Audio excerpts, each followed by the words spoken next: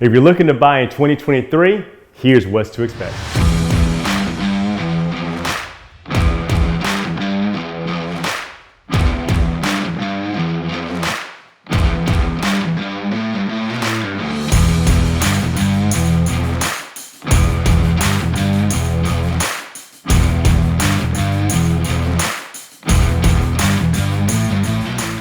So we can't talk about 2023 without giving a brief recap of 2022. It was a wild year, a record year, but as we saw, we had a lot of shock to the system when rates essentially doubled in 100 days. So now getting past that, where are we and what can we expect? For the first time in about 3 years, we are seeing sellers that are willing to actually work with buyers. We went through a period where it was a non-starter, don't even ask, right? But now we're actually having sellers that are meeting folks halfway, coming to the table, buying down rates, and now is an opportunity for buyers to settle in and actually get some concessions that will help them finally get into that home. So buyers can expect still low inventory. The doomsday sayings of, oh my gosh, we're gonna have all these foreclosures and short sales, newsflash. If you bought your home over the last 3, 4, 5 years, you're up $100,000, $200,000. You don't have to short sale or foreclose. So we need to take that off the table. That leads us to also builders. What have they been doing? Builders went on a building frenzy over the last couple years, basing their numbers off of a crazy outlier pandemic market. When you're basing your numbers off of that and those numbers slow or change at all, corporate pulls back. So now they're not building as many homes as they once were. So now we start talking about less and less housing inventory. So now that we know that inventory is going to stay low, and now looking towards 2023, what is that going to do to our prices in Charlotte? We see a lot of national headlines about things declining 10%, 20%. We're just not seeing that in Charlotte. One thing that just came out the other day, Zillow just announced their top 10 cities for 2023 for growth. Guess who was number one? It was Charlotte. Be on the lookout. We are not seeing prices decline in Charlotte like what you're reading in the national media.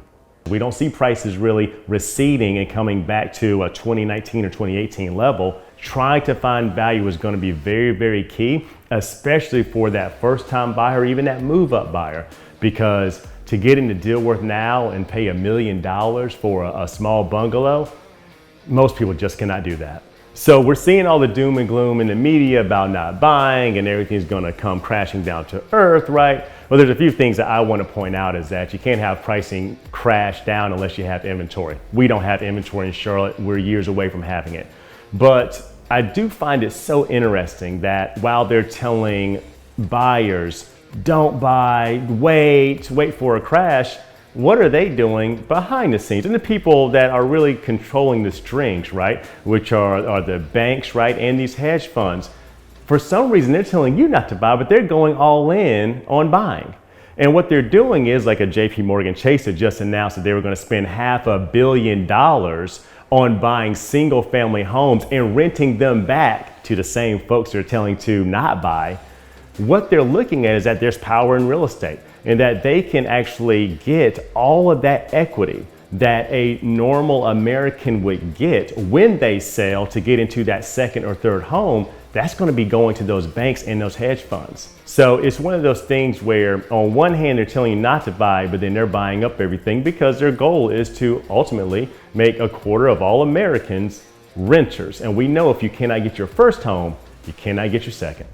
Furthermore, if the market was crashing and pulling back, you have to remember, I've sold during the Great Recession, where it actually was a massive pullback and building literally had to stop.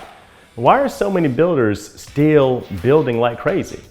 Because they know that there are so many buyers out there and they still are getting the profit margins and the prices that allow for them to just build and build and build. So one thing we are noticing with buyers is, why is Charlotte, North Carolina so much more competitive than almost any other market in the whole nation? And it's because of where we're pulling from. You have to understand your competition. Your competition, they're moving from the Northeast, the Midwest. We're getting a lot of California people, right? And understand what their reality is and the money that they are coming to Charlotte with to use against you to grab up these homes. It's a very real scenario, but it's one that I like to face head on with all my buyers so that we know that we have a competitive offer. One of my main predictions for this year is that Q1 is probably the only quarter of this year and for years to come where a buyer can essentially get a seller to provide concessions and to really work with them, because they're coming off of trauma themselves. They had 2-3 years of just unbridled growth. They held all the cards. You do what I say or you do not get this home. And then we saw over the kind of at the end of Q3 and going into Q4, homes were sitting. They had to drop their price. They had to offer concessions. They're still living with that reality now. But we're seeing already an influx of buyers, no inventory. And what that is going to create is a scenario where in Q2 and Q3, people are just not going to have to give concessions to move their home because there's going to be no inventory. So keep that in mind. Now is the time to start looking and getting in the game. That is the mantra for this year. Get in the game, because I feel like what we're looking at is by summertime, the concessions are going to be very, very low and sellers just are not going to want to hear it. So beware, get in the game, understand what's coming.